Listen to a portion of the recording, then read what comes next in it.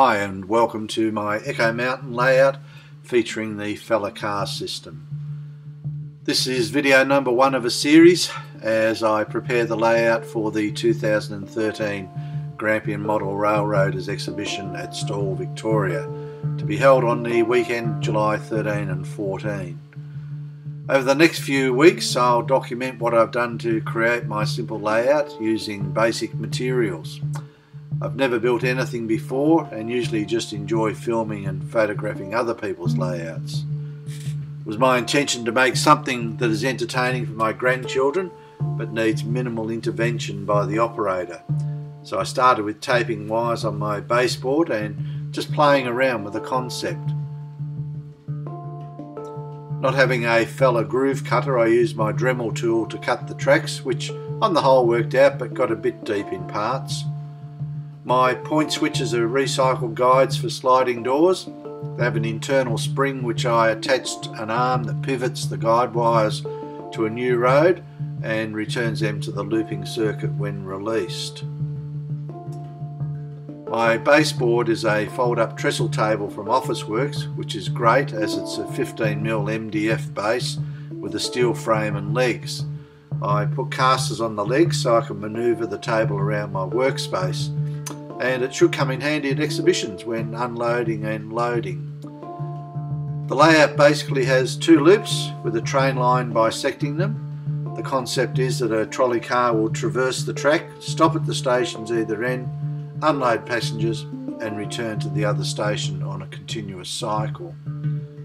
The cars and trucks will continue looping until one of the point switches are activated, and that will send the vehicle to the other side. The crossover is dual lane, but all the others are one way. The rail crossings are Feller unit, with the boom gates coming down when activated by reed switches embedded in the track, and magnets on the trolley cars activate those. Magnets embedded in the ramp also activate to stop the cars at the crossing.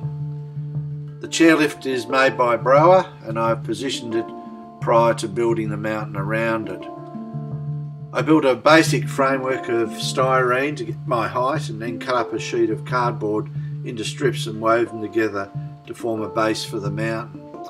I pinned them onto the styrene and then glued the intersecting points and ended up with a good structural skeleton to work with. A tidy up and then a quick test of the cars prior to starting the plaster work. There's my little Fire Chief's car going around, which I'm going to adapt to an Australian CFA one, hopefully in time for the exhibition.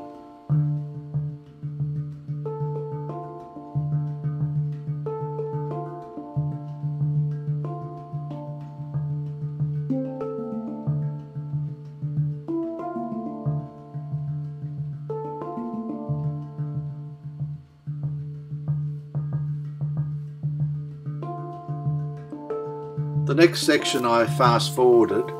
I applied plaster bandage to the framework using a paint roller tray with a bit of water in the well.